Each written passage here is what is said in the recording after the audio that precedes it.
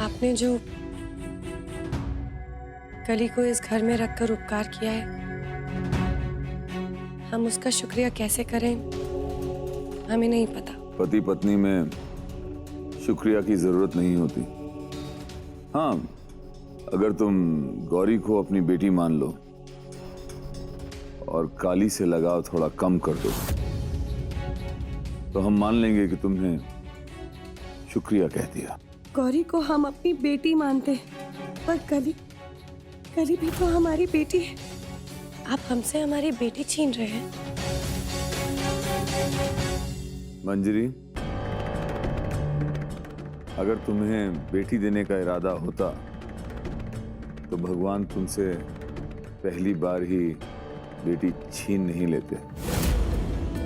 देखो, जब तुम्हारे बड़े भैया हमारे पति ये घर छोड़ के गए, सब कुछ तुमको सौंप के गए थे। अब हम घुमा फिरा के बात नहीं करेंगे, सीधा बात कर रहे हैं। हम चाहते हैं तुम हमारे नीलकंठ को अपना वारिस बनाओ।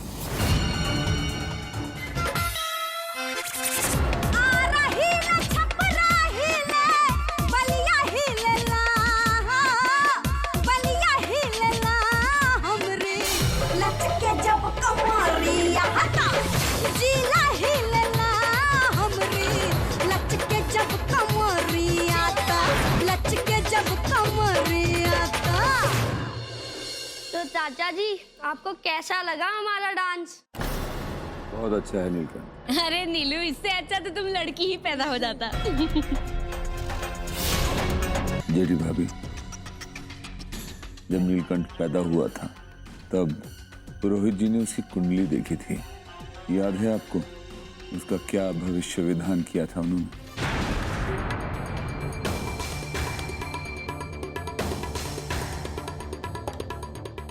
जो वारिस नहीं दे सकता वो वारिस बन भी नहीं सकता।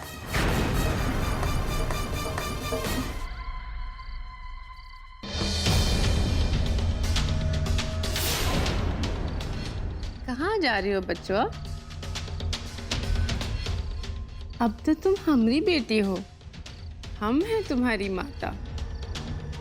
ईश्वर की कृपा है, जानकी मैया की सेवा का मौका दिया है। अब तुम हमरे साथ रहोगी, हमरे साथ सोओगी हमरे बिस्तर में। हाँ,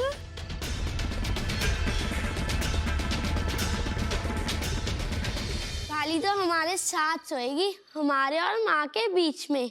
हम तो उसे कहानियां सुनाएंगे।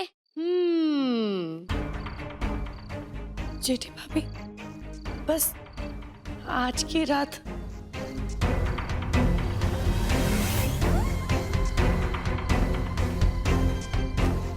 काली अब हमारी जिम्मेदारी और हमारा हक है उस पे।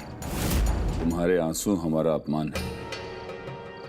तुमने जिद की तो हमने काली को आसरा दिया। तुमने जिद की तो हमने तुम्हें उसके साथ आउट हाउस में रहने की इजाजत दी। हम नहीं चाहते थे कि वो इस घर में आए, लेकिन गौरी के प्यार ने हमें मजबूर कर दिया। लेकिन अब उसकी माँ जेठी भाभी हैं। उसकी माँ का नाम मंजरी भी तो हो सकता था ना। अगर ऐसा होता तो वो बच्ची और कुछ नहीं मांगती।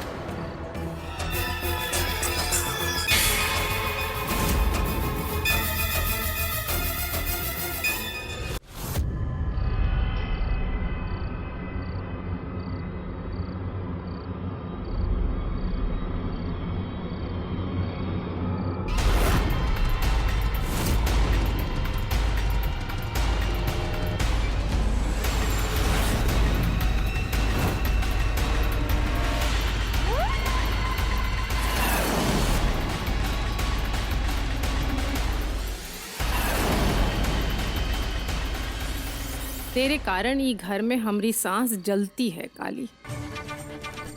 अब तुम्हारी सांस में भी जलन उठेगी, ये मिर्ची जलाएगी तुम्हें। कली तो सो रही है, फिर ऐसा क्यों लग रहा है कि कुछ गलत हो रहा है?